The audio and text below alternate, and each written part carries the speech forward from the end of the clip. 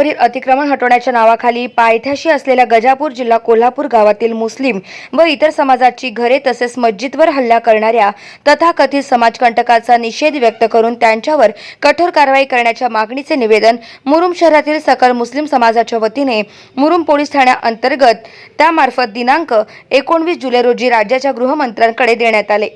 कोल्हापूर जिल्ह्यातील ऐतिहासिक विशाळ गडावर बाबा रेहान मलिक यांच्या दर्गा शेजारी असणारे अतिक्रमण हटवण्याच्या नावाखाली 15 जुलै 2024 रोजी सोमवारी काही समाजकंटकांकडून गडाच्या पायथ्याशी असणाऱ्या गजापूर गावातील मुस्लिम आणि इतर समाजाची घरे व मस्जिदवरती हल्ला करून विटंबना करण्यात आली होती।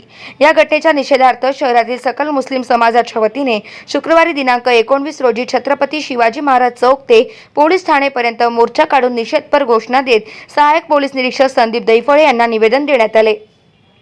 दिलेल्या निवेदनात समाजकंटकांनी केलेले हे कृत्य छत्रपती शिवाजी महाराजांच्या विचारांना शोभणारे नाही। सदर घडलेली घटना जातीय दंगल साताऱ्याच्या पुसेसावळी येथे दंगलीची पुनरावृत्तीच असल्याचे दिसते आहे। त्यामुळे शासनाने गजापूर येथील उद्ध्वस्त झालेल्या घरांचे आणि मस्जिदचे तात्काळ पंचनामे करून मदत करावी आणि घटनेमधील आरोपींविरुद्ध कठोर कारवाई करावी असे नमूद करण्यात आले आहे। यावेळी मुरुम शहरातील मुस्लिम समाज बांधव मोठ्या संख्येने उपस्थित होता। गाव माझा न्यूज करिता रफिक पटेल, मुरुम, धाराशिव।